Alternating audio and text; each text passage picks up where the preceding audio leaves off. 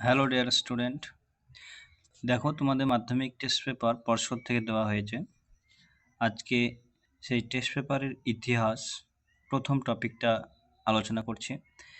এখানে তোমাদের উত্তর পর্ষদ থেকে দেওয়া আছে, সেটা বলে দিচ্ছি, তারপর তোমাদের এসিকিউগুলো বলবো। তো 1 নম্বর দেখো, প্রশ্ন একের দাগে প্রশ্ন দিয়েছে, জীবনের ঝরাপাতা গ্রন্থটি হলো একটি, মানে এটি কি গ্রন্থ, মানে কোন প্রকৃতির গ্রন্থ? হ্যাঁ, এটা আত্মজীবনী। তারপরে 1-2 দেখো, নিম্ন বর্গের ইতিহাস চর্চার জনক বলা হয় রণজিৎ গুহকে। 1-3 দাগে দেখো, বঙ্গদর্শন পত্রিকাটি প্রকাশিত হয় কত সালে? এটা হবে 1872 সালে।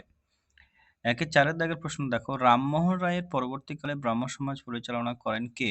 দেবেন্দ্রনাথ ঠাকুর। 1-5 দাগে, নীলদর্পণ নাটকটি প্রথম ছাপা হয়েছিল ঢাকায়। 1-6 দেখো, বাংলায় নবজাগরণ ছিল কলকাতা কেন্দ্রিক। 1-7 দাগে দেখো, প্রথম সরকারি শিক্ষা কমিশন বা হান্টার কমিশন গঠিত হয় 1882 খ্রিস্টাব্দে।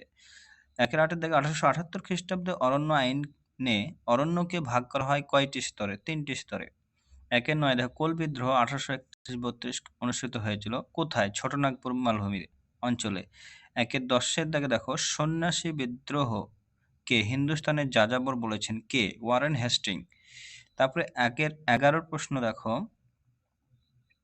11 প্রশ্নতে বলছে 1857 সালের বিদ্রোহকে ভারতের প্রথম স্বাধীনতা যুদ্ধ বলেছিলেন কে? বি.ডি. সাভারকর। 1-12 ভারতের প্রথম রাজনৈতিক প্রতিষ্ঠানটি হলো বঙ্গভাষা প্রকাশিকা সভা। 1-13 মহারানী ঘোষণাপত্রে 1858 প্রধান উদ্দেশ্য ছিল ভারতবাসীর আনুগত্য অর্জন। 1-14 দেখো, দিগদর্শনের সম্পাদক ছিলেন কে? Joshua Marshman. 1-15 দেখো, জাতীয় শিক্ষা পরিষদ 1906 এর প্রথম সভাপতি কে ছিলেন? রাসবিহারী ঘোষ।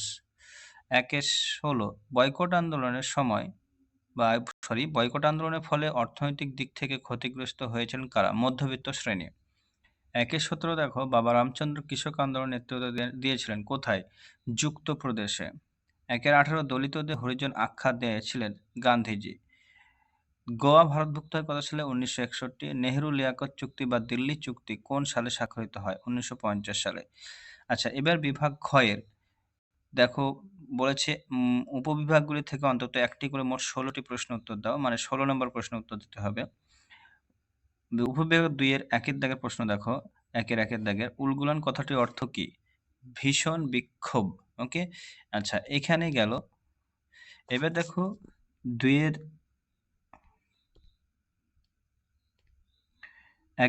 2 এর প্রশ্ন, বর্ণপরিচয় কে রচনা করেন? এটা সবাই জানো, ঈশ্বরচন্দ্র বিদ্যাসাগর। 2 এর 1-3 ফরওয়ার্ড ব্লক কোন বছর প্রতিষ্ঠিত হয়েছিল? 1939 সালে 3রা মে। 2 এর 14 দেখো, উষা মেহতা কোন আন্দোলনের সঙ্গে যুক্ত ছিলেন? 1942 সালে ভারত ছাড়ো আন্দোলনের সঙ্গে। আচ্ছা, উপবিভাগ 2 এর 2 দেখো, 2 এর 2 এর 1 প্রশ্ন ঠিক ভুল বলেছে।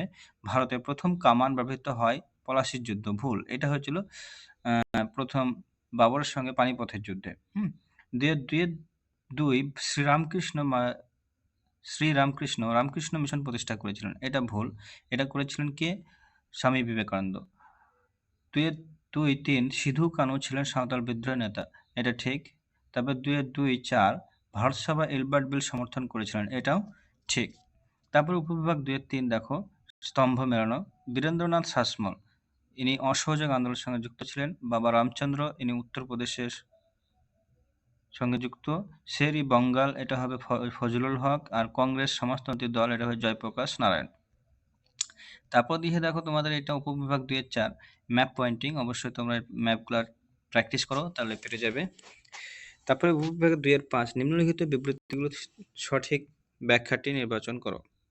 দেখো 2 এর 5 এর দাগের 1 প্রশ্ন, বিবৃতি, স্বামী বিবেকানন্দ বর্তমান ভারত গ্রন্থটি রচনা করেন। ব্যাখ্যা কি হবে? তার উদ্দেশ্য ছিল স্বদেশিকতা প্রচার করা। ওকে। তারপরে 2 এর 5 এর 2 বিবৃতি দেখো, 1917 খ্রিস্টাব্দে জগদীশচন্দ্র বসু বিজ্ঞান মন্দির প্রতিষ্ঠা করেন। এটা উত্তর হবে, এটি বিজ্ঞান শিক্ষার প্রসারের জন্য প্রতিষ্ঠিত হয়েছিল। 2 এর 5 এর 3 দেখো, বিবৃতি, 1921 খ্রিস্টাব্দে মোপলা বিদ্রোহ সংঘটিত হয়। এটা উত্তর হবে, এটি ছিল কৃষকদের একটি জঙ্গি আন্দোলন। 2 এর 5 এর 4 দেখো, ভারতের নারীরা জাতীয় আন্দোলনের প্রথম অংশ নিয়েছিলেন বঙ্গভঙ্গ বিরোধী আন্দোলনের সময়। এটা ব্যাখ্যা হবে, কারণ তারা গান্ধীজি দ্বারা অনুপ্রাণিত হয়েছিলেন। আচ্ছা, আজকে এই পর্যন্ত শেষ। পরবর্তী কোশ্চেনগুলো আবার পরে আলোচনা করা হবে। ধন্যবাদ। অবশ্যই চ্যানেলটি লাইক, শেয়ার এবং সাবস্ক্রাইব করবে।